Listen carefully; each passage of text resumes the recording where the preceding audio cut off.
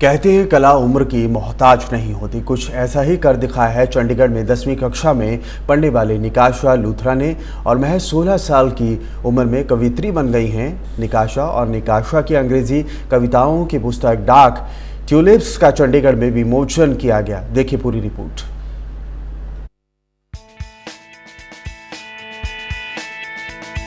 ये है 16 वर्षीय कवित्री निकाशा लूथरा, जिन्होंने अपनी 33 कविताओं के माध्यम से कई अहम विषयों पर प्रकाश डाला है और उन्हीं कविताओं के संग्रह हैं उनकी ये अंग्रेजी कविता पुस्तक डार्क ट्यूलिप्स। चंडीगढ़ में 10वीं कक्षा में पढ़ने वाली निकाशा लूथरा ने 33 कविताएं लिखी हैं, जिनकी एक पुस्तक का चंडीगढ़ में विमोचन किया गया।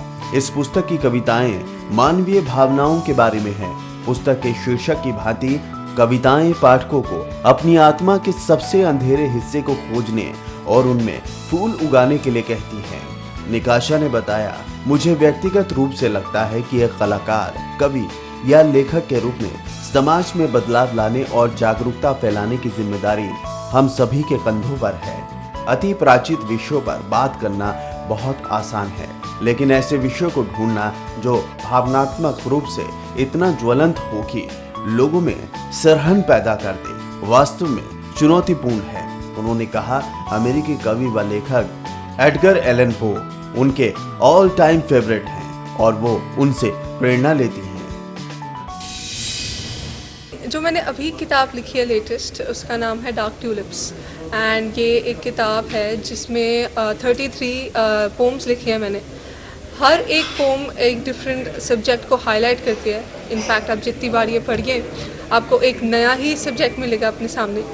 एंड मेरी inspiration for writing it always started जब मैं बहुत छोटी थी एंड मैंने कंपटीशन में पार्ट लिया था एंड उसके बाद एक जुनून सा पैदा हो गया था दिल में एंड फिर मैंने सोचा कि ऐसे टॉपिक्स जिनके बारे में सब बात करते हैं उनके बारे में लिखने से बेहतर है कि उन टॉपिक्स के बारे में बात करिए जिसके बारे में कोई बात नहीं करता है। एंड एक कहावत है कि हम दूसरों के साथ इसलिए रहते हैं ताकि हम अपने साथ ना रह पाएँ, अपने ख्यालों से बात ना कर पाएँ, अपने आप को ना जान पाएँ। क्योंकि जब हम अपने ख्यालों के साथ अकेले होते हैं, वो सबसे बड़ा डर होता है हमारे दिमाग में कि अब क्या होगा, व्हाट नेक्स्ट। तो ये किताब एक ज़रिया है कि जो भी ये पढ़े अपने साथ अपने आप को एक अच्छे तरीके से जान पाए। ज़िंदगी में चाहे 10वीं क्लास में हो, चाहे 12वीं में, चाहे जॉब कर रहे हो, चाहे कॉलेज में, एक आई थिंक एक फाइनल रूलिंग होती है, वो एक वर्ड होता है बैलेंस। हर चीज़ को बैलेंस करना सीखना एक अपने आप में ही खेल है।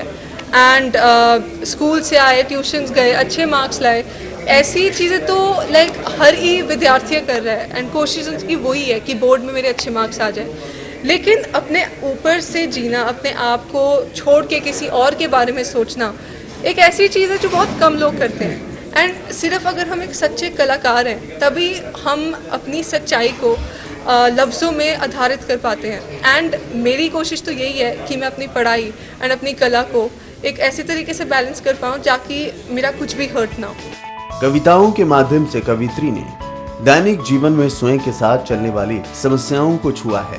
उन्होंने बलात्कार, घरेलू हिंसा, LGBT समुदाय की समस्या, रूस व यूक्रेन के बीच जारी युद्ध आदि विषयों के बारे में पुस्तक में बताया है।